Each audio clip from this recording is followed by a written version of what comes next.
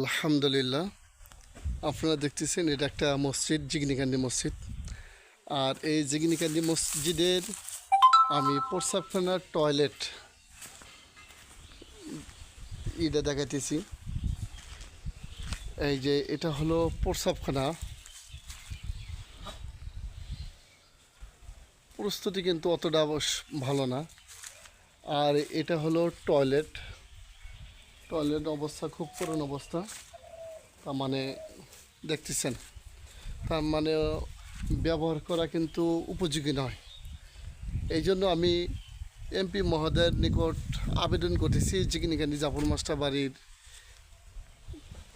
পাশে যে মসজিদটি আছে, এই মসজিদের টয়লেট প্রস্রাবখানা একান্ত প্রয়োজন। তাই এই ভিডিওটি বেশি বেশি করে শেয়ার করে দিন, এমপি মহোদয়ের নিকট যেন এই ভিডিওটি পৌঁছে যায় ইনশাআল্লাহ।